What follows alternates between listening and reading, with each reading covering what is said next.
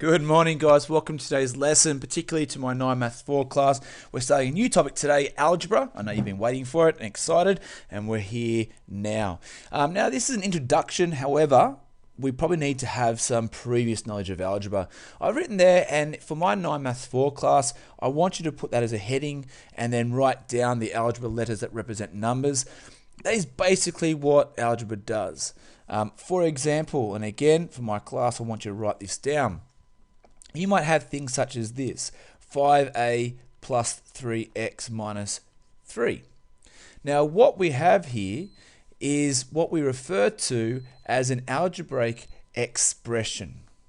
Now you may remember the difference between an expression and perhaps maybe an equation.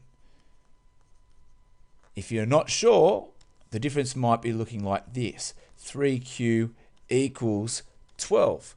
So an expression is simply made up of algebraic terms, whereas an equation will have an equal sign and we will be able to find out what the letter is. Now in this case, in the first one, we have 3 terms that make up my expression. We have 5a. Now we don't know what a is. For example, it could be 5 times 3 or 5 times 4, depending what a was. You sometimes might be told what a is. For example, a could be 3 and x could be 2. And then you could sub in and say, well, 5 times 3 plus 3 times 2, take away 3. But unless I'm told that last piece of information about what the a's and the x's are, we'll just have an expression. Of course, we get the equal sign on some of the harder questions, and certainly that's in our next topic that we do, where you can say, oh, hold on, yep, 3 times 4 makes 12, therefore Q equals 4. So the main two things that I want you to take out of today are the differences between what an algebraic expression is and the difference between what an algebraic equation is. Now what we'll be focusing on in this first algebraic topic, not just this lesson today, but in the next couple of lessons, is on algebraic expressions and simplifying those expressions. We will have a whole nother chapter on equations later down the track. Okay, so we spoke about an algebraic expression. So I'll get you to put a little heading down now called algebraic expressions, just so we can have a little area for that. And I'm going to give you another algebraic expression, 5a plus 3q plus 2a. Now, again, I want you to look at how many terms are there.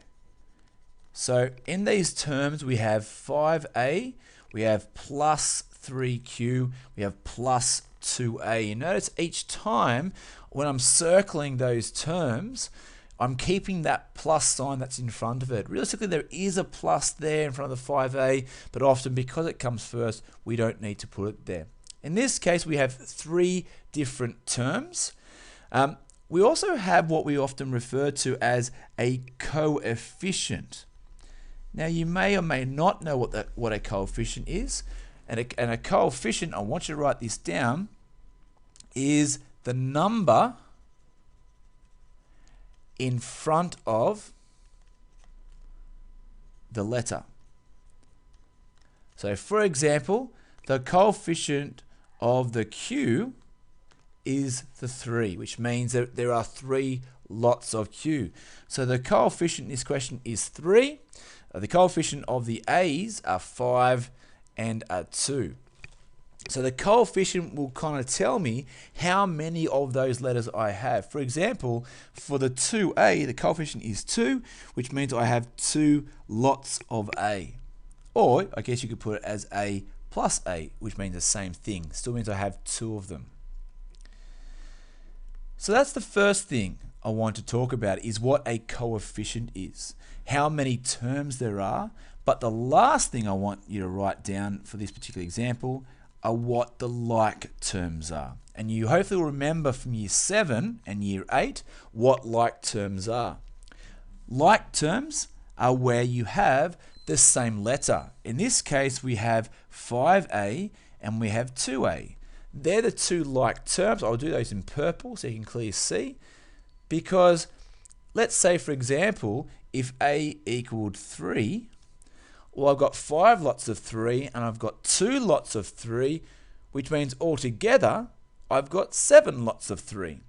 So the like terms will tell me how many of each number that there are. And again, I don't know what A equals. It could equal 10, it could equal 100, but at least I know in this case that I have 7 of them, whatever that number might be.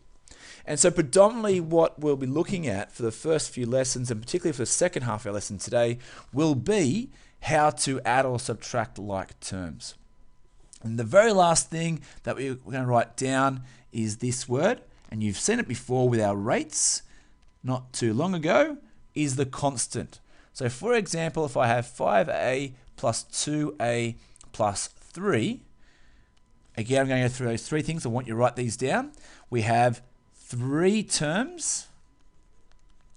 We have, if I said for my like terms, we have the 5a and the 2a. The coefficient of the a's are 5 and 2, like we had last time. But the last thing we want to look at is what the constant term is. Now, if you remember back to your rates, constant means it cannot change. Let's say, for example, I said a equals 3.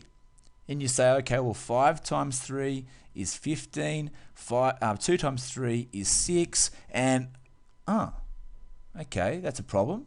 There's nothing there to sub into, is there? Which means that no matter what a is, for example, if a was 10, we'd have 50 and 20, it's still 3.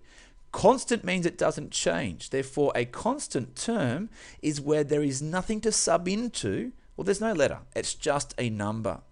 And if I had another constant term there, for example, plus 4, you might add the 5a and the 2a together to give the 7a's. And you can't add the numbers because there's no a's there. But I could add the 2 numbers together because I have 3 and I have 4, which makes 7. Okay, now this lesson, guys, the only really 3 things I want you to think about are what a term is. I want you to think about what a coefficient is.